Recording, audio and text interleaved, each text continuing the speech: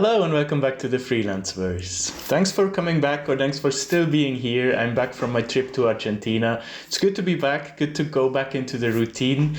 The trip has been amazing, such a vast and beautiful country, really. The nature, the people, the food, the music, the whole atmosphere. It was absolutely fantastic. We had a great time. This week I've been struggling a bit to get back into the routine with the jet lag and etc. So this is quite a short, not a short, but a last minute video. I get asked all the time, literally almost every week, how to find direct clients for translation. So first of all, I feel like everyone and their grandma tells you in this sector that you need to find direct clients to succeed, to work sustainably as a translator.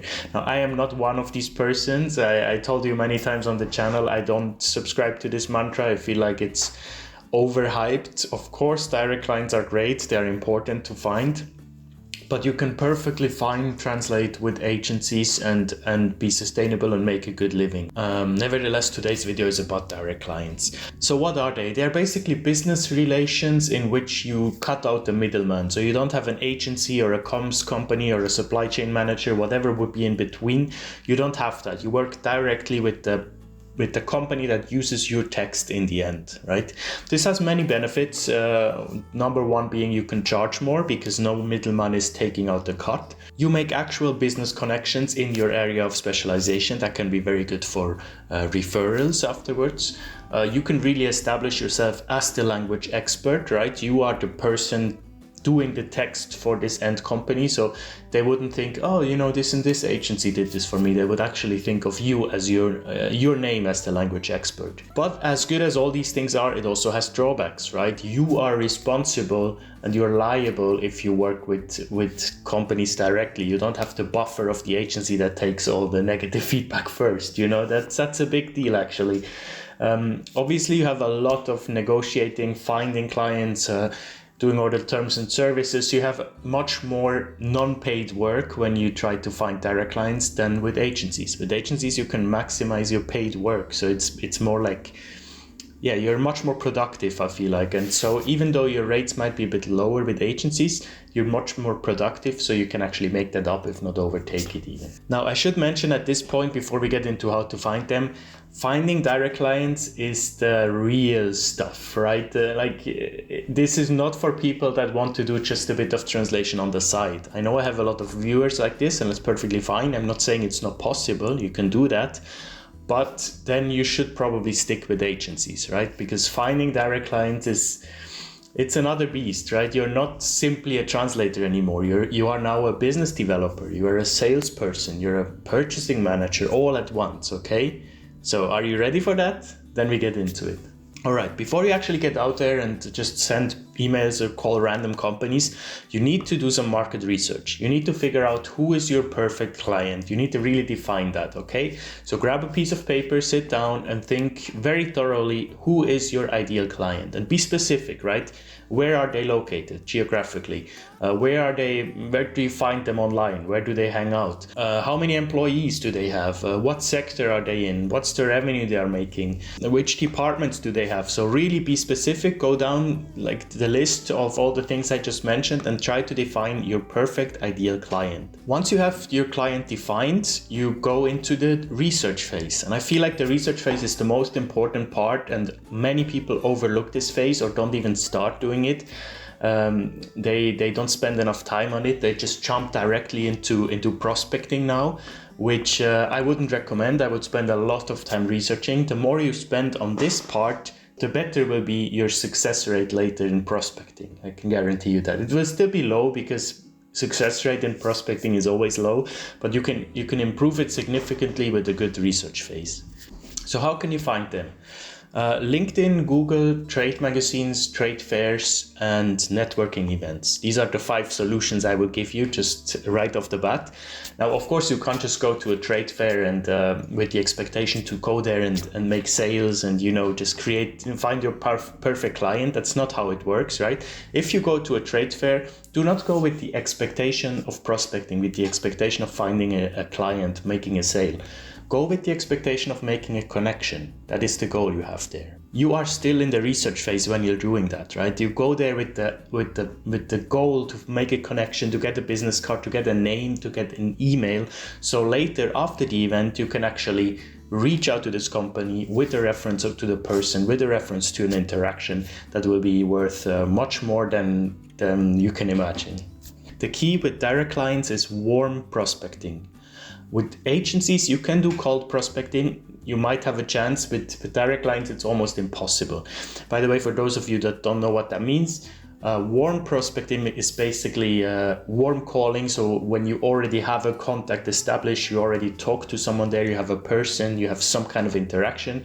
Cold calling refers to prospecting to a new client that you had no interaction before. So you just send an email to the info email and that's it.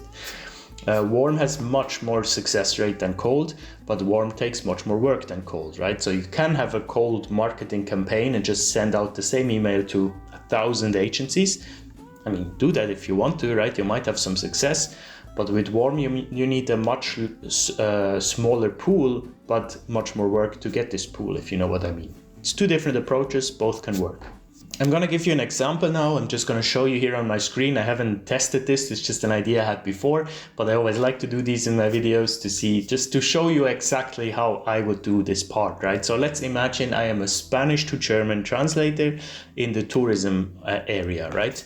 So I'm not personally a tourism specialist. I don't do tourism things, but what comes to mind immediately for me is hotels, right? That's probably one of the first things I would approach. And I want to show you how I would do that with LinkedIn, Google, and also ChatGPT, because I try to incorporate into my daily workflow as much as possible, wherever possible, because it has so many applications.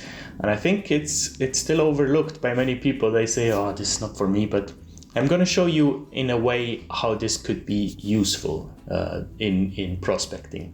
So I said I would be a Spanish-German translator in the tourism sector. Now what I would probably look for is something like, what is the most popular, let's do holiday destination in Spain for German tourists? One of the most popular holiday destinations in Spain for German tourists is the Balearic Islands, which include Mallorca, Ibiza, Menorca, and Formentera. Mallorca in particular is a favorite destination among German tourists. Now, I knew that because I'm very close to the Germans, but I don't know if you guys knew that. Now I have this information. I'm a German translator from Spanish, and Mallorca is probably a very good place to go. Top hotels on Mallorca. I found the website here, the Traveler website. What is it? Condé Nast Traveler. I don't know this website, but it looks interesting, and there are definitely hotels on here. 1, 2, oh yeah, there are a lot. Okay, there are probably like 20 hotels on here. So that's already a great list, right? I can just go through these. Let's choose, I don't know, let's go for this one. Belmont La Residencia in Deia in Mallorca. I copy this name and I go to LinkedIn. LinkedIn, as I said, always your number one researching tool, right? Because oh, by the way, as you can see here, Rita's podcast, very good podcast. I was recently featured on it. This one is with Susie, also a very good episode. If you want to watch mine, you can click up here or find it on Spotify. Amazing podcast. So I copied the name of the hotel, and now I will go into the search function and just paste this in here and see what happens. This Belmont La Residencia, and immediately the people come up, right? You see that it actually has a website, a LinkedIn page, so that's definitely something to follow as well and to look it up how they are actually writing in English. So it seems to be an international hotel where people, it looks beautiful. But anyways, what I would do is I would go to the people, and then you get a list with 29 results of people actually working in this hotel, right? So you have Francesco, he's the concierge. You have Noemi, I don't know what she's doing, but Diogo is in the front office, for example. Javier as well. Vincente is in the restaurant. Amazing contacts. And especially these two front office people, I would immediately message them and be very informal. Just say, hey, look, I'm a German translator. I looked at your hotel. I'm actually specialized in hotel translations. I would go on their website. I don't know if they already have a German website, but probably not. So you could, propose to them, like, you obviously have very many German tourists. Why don't you have a website in German or marketing material? Could I talk to someone that could be interesting, that could be interested in that? Do you know someone? Marketing, communication. They will probably tell you, right? And if not, you move on to the next hotel. You have a full list here. That is obviously very simplified. Not every sector is that straightforward. You will not, but this is just an example, and I wanted to show you a creative way on how to get down, because you start with a funnel. You're Spanish-German tourism translator, then you go down a funnel always until you find that last contact, that last email or LinkedIn or Instagram, whatever, where you can actually reach the right person. Hope this helps. So I'm back. The camera died, of course. I hope you could still see all of this, what I showed you. Everything is charged. Now, the problem with direct lines, where was I? So yeah, the problem with that is that for many clients, end clients, actually, the localization translation process is kind of an afterthought, right? This is not really a relevant enough department or topic that there is actual departments in most of the companies. So it's really quite hard to find the right person to talk to. So if you do a process like this and you find people actually in the company, that's your best shot of finding the person responsible for localization. And then this person can or will, I don't say will most likely, but could potentially recommend you to and refer you to the person that is actually in charge. That can be a marketing person, a comms person, a CEO, CFO sometimes. I had so many contacts of so many different people, even purchasing sometimes, it really depends.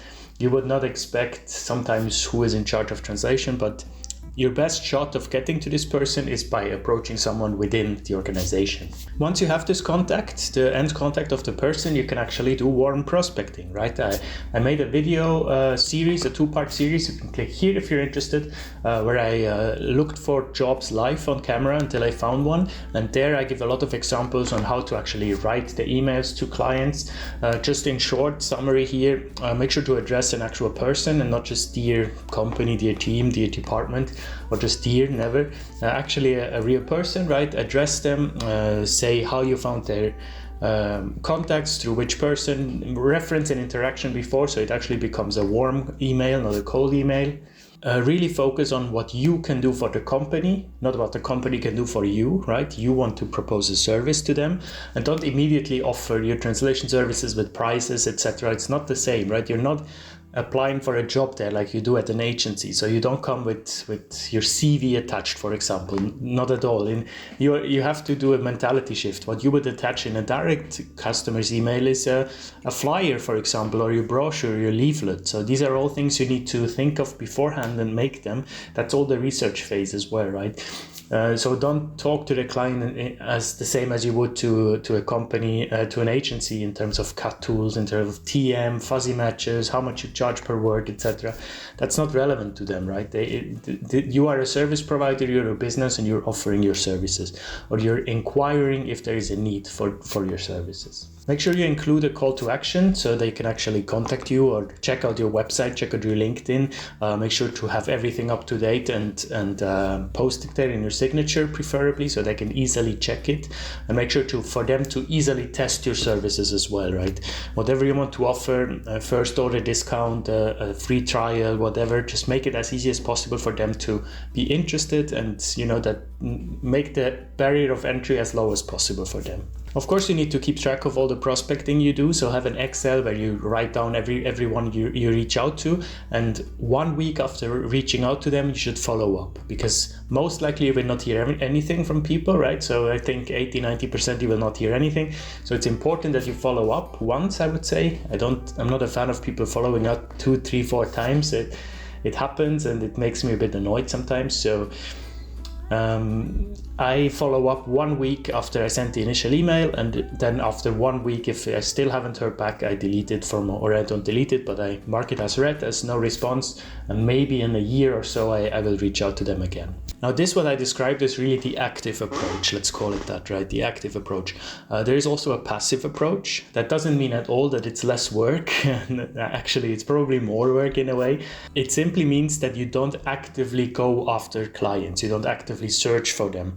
That the passive approach is the approach that I use as well. What it means is that you create a product, like content marketing, for example, in my case, the videos, and in other cases, blogs, LinkedIn, website, go to conferences, do talks there, be very engaged in networking. What this then leads to is that you don't go after the companies, but the companies find you, right? That's the passive approach.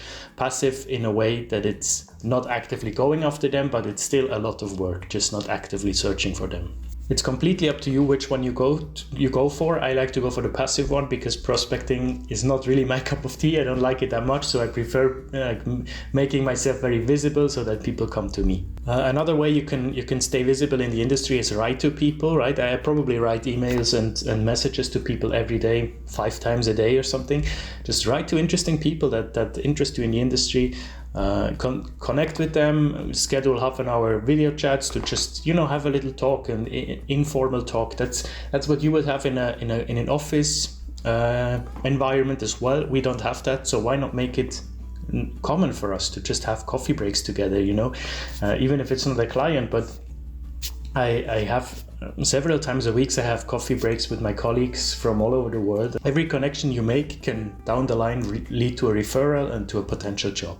There you go. Hope you enjoyed this video. Make sure to scroll down, like the video, and subscribe to the channel for more content. Every Monday at 6 p.m. a new video. I see you with the next one. Bye bye.